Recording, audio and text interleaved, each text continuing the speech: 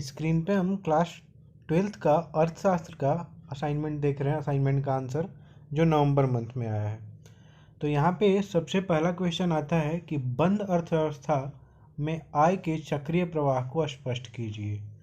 तो इसमें आप देखिए कि क्या लिखा गया है। बंद अर्थव्यवस्था से तात्पर्य उस अर्थव्यवस्था से है जिसमें आर्थिक गतिविधियाँ देश की सीमा तक ही सीमित रहती हैं। ऐसी अर्थव्यवस्था का विश्व की अन्य अर्थव्यवस्थाओं से कोई संबंध नहीं रहता है। ऐसी स्थिति में बंद अर्थव्यवस्था वाले देश के सामने न तो आयातों के भुगतान की समस्या होती है, न ही निर्यातों से प्राप्त होने वाली आय की समस्या होती है। ऐसी अर्थव्यवस्था में विदेशी ऋण न तो लिया जाता है, न ही दिया जाता है।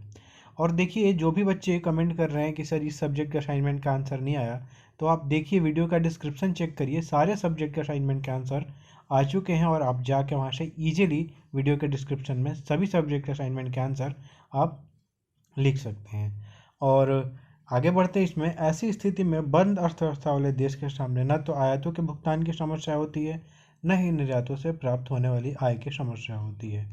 यहाँ पे ऐसी दशा में बंद अर्थव्यवस्था के आय के चक्रीय प्रवाह के निम्न 4 घटक होते हैं। पहला है पारिवारिक आय। परिवार के सदस्य उत्पादन के साधन के स्वामी होते हैं और वे उत्पादन क्षेत्र का अपनी सेवाएं प्रदान कर आय प्राप्त करते हैं। इसके अतिरिक्त परिवारों को तथा सरकार द्वारा सार्वजनिक सेवाओं पर व्यय अथवा आय हस्तांतरण के रूप में आय प्रवाह होता है। अतः पारिवारिक आय के 3 प्रवाह होते हैं: साधन का पुरस्कार, सरकार द्वारा सेवाओं पर व्यय, राज्य आय का हस्तांतरण। इस प्रवाहों से प्राप्त आय परिवार उत्पादन क्षेत्र द्वारा उत्पादित वस्तु एवं सेवाओं क्रय करने के लिए व्यय करते हैं। ये आय का कुछ भाग करों के रूप में सरकार को देते हैं और शेष बचत को पूंजी बाजार में प्रवाहित कर देते हैं। कुल मिलाकर परिवार अपनी आय को उपभोग, कर और बचत के रूप में प्रवाहित करते हैं। तो ऐसे इसका आंसर हुआ। इसके बाद देखिए दूसरा इसी में है उत्पादन क्षेत्र की आय।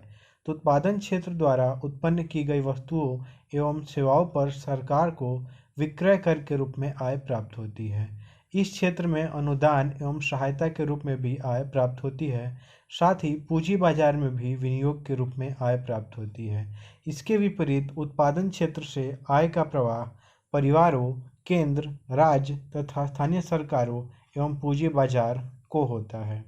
सरकार की आय का प्रवाह परिवारों, उत्पादन क्षेत्र तथा पूंजी बाजारों को ही की ओर होता है। राज्य की ओर से परिवार को होने वाला आय प्रवाह सामाजिक सेवाओं के व्यय आय हस्तांतरण के रूप में होता है। उत्पादन क्षेत्र की ओर आय का यह प्रवाह वस्तुएं एवं सेवाओं पर व्यय तथा उत्पादन क्षेत्र को दी जाने वाली आर्थिक सहायता के रूप में होता है। इसके साथ ही राज्य की बचतें पूंजी बाजार की ओर प्रवाहित होती हैं। इसके विपरीत राज्य की ओर आय का प्रवाह भी होता है। राज्य की आय का प्रवाह यातायात कर, उत्पादन क्षेत्रों के कर तथा पूंजी बाजार के कार्यों से प्राप्त आय के रूप में होता है। इसके बाद देखिए इसमें चौथा, पूंजी बाजार से तात्पर्य उस वित्तीय संस्था से है जो बचतें एकत्रित कर उत्पादन कार्यों के लिए प्रवाहित करता है। पूंजी बाजार में आय का प्रवाह व्यक्तिगत बचतों, व्यावसायिक बचतों एवं राज्य की बचतों से होता है और पूंजी बाजार से बचतों का प्रवाह उत्पादन क्षेत्र में विनियोग एवं राज्य को प्रदान किए जाने वाले ऋण के रूप में होता है। तो ऐसे हमने देखा पहले क्वेश्चन का आंसर। और इम्पॉर्टेंट क्वेश्चंस के पीडीएफ यहाँ पे आने वाले हैं, तो चैनल को सब्सक्राइब जरूर कर लीजिएगा। और जो भी इम्पोर्टेंट क्वेश्चंस हम देते हैं पिछले कई सालों से, वो बोर्ड एग्जाम में पूछे जाते हैं और इम्पॉर्टेंट क्वेश्चन से ही बहुत सारे बच्चे 90+ स्कोर किए हैं। कुछ बच्चे टॉप 10 में भी स्कोर किए हैं। उनका इंटरव्यू हमने इस चैनल पे लिया हुआ है, तो उसको एक बार देखिएगा, क्योंकि तभी समझ में आएगा कि प्रिपरेशन कैसे आपको करनी है। प्रश्न 2 है यहाँ पे कि आय के चक्रीय प्रवाह से आप क्या समझते हैं। आय के चक्रीय प्रवाह का महत्व समझाइए। आय के चक्रीय प्रवाह से आशय मुद्रा एवं पदार्थ तथा सेवाओं के निरंतर प्रवाह से है। आय का चक्रीय प्रवाह अर्थव्यवस्था के प्रमुख क्षेत्रों जैसे परिवार, फर्म, सरकारी क्षेत्र से जुड़ा रहता है। उदाहरण के लिए फर्में पहले आय सृजित करती हैं, तत्पश्चात ये आय परिवारों में साधन सेवाएं प्रदान करने के लिए वितरित की जाती है और अंत में वही आय फर्मों में वापस आ जाती है। यही आय का चक्रीय प्रवाह कहलाता है। चक्रीय आय प्रवाहों का महत्व दर्शाने वाले प्रमुख बिंदु निम्न हैं। राष्ट्रीय आय का अनुमान।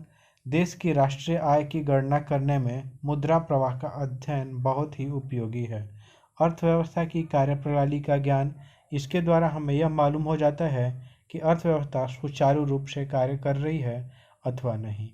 मौद्रिक नीति का महत्व। चक्रीय आय प्रवाह अर्थव्यवस्था में बचत तथा विनियोग की समानता लाने के दृष्टिकोण से मौद्रिक नीति के महत्व को स्पष्ट करती है।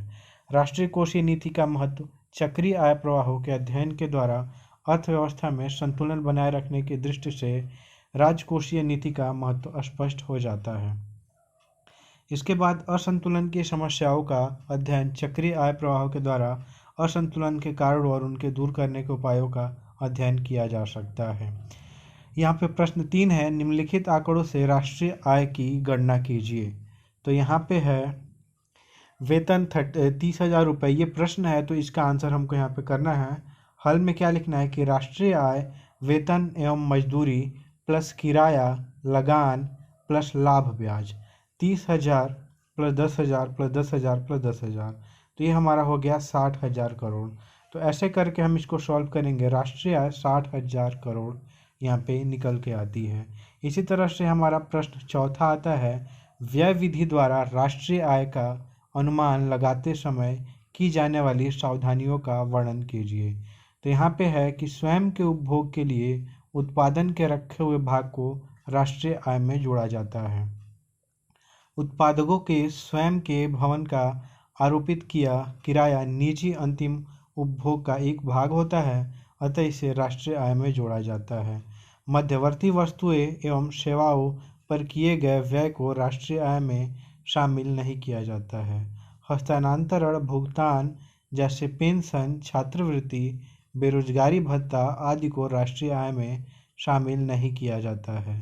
पुराने माल पर किए गए व्यय को राष्ट्रीय आय में शामिल नहीं किया जाता है।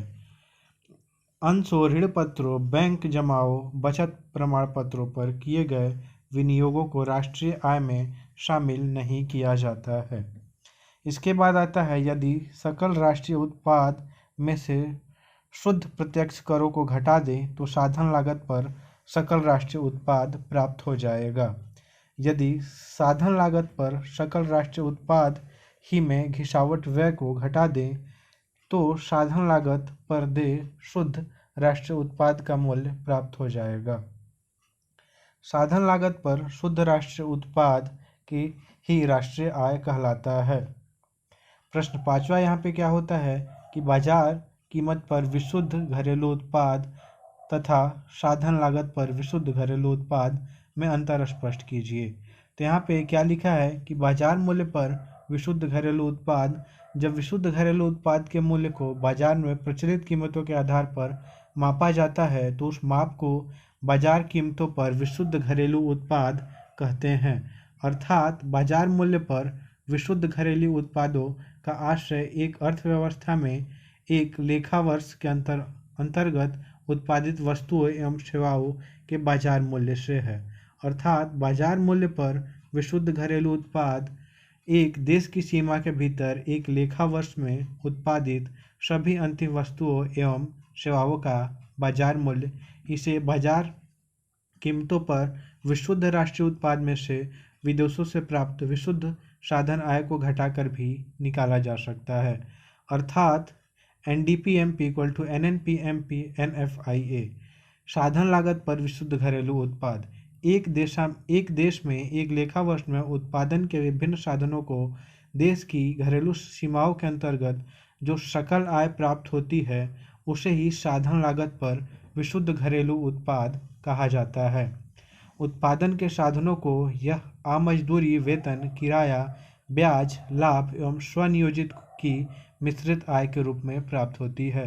अतः साधन लागत पर विशुद्ध घरेलू उत्पाद एक देश की सीमा के अंतर्गत उत्पादन के सभी साधनों को एक लेखा वर्ष में प्राप्त कुल आय, जहां NDP-FC साधन लागत पर विशुद्ध घरेलू उत्पाद, NNP-FC साधन लागत पर विशुद्ध राष्ट्रीय उत्पाद, NFIA विदेशों में प्राप्त विशुद्ध साधन आय होता है।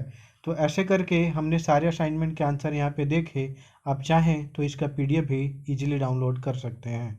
असाइनमेंट के आंसर के पीडीएफ को डाउनलोड करने के लिए आपको गूगल पे जाके सर्च करना होगा cgbasicsupport.in। उसके बाद आपको इस वेबसाइट पे जाना होगा, इसको नीचे स्क्रॉल करना होगा, ऑप्शन दिखेगा आपको असाइनमेंट 2021-22, उस पर क्लिक करके सभी सब्जेक्ट के असाइनमेंट के आंसर के पीडीएफ आप इजीली डाउनलोड कर सकते हैं।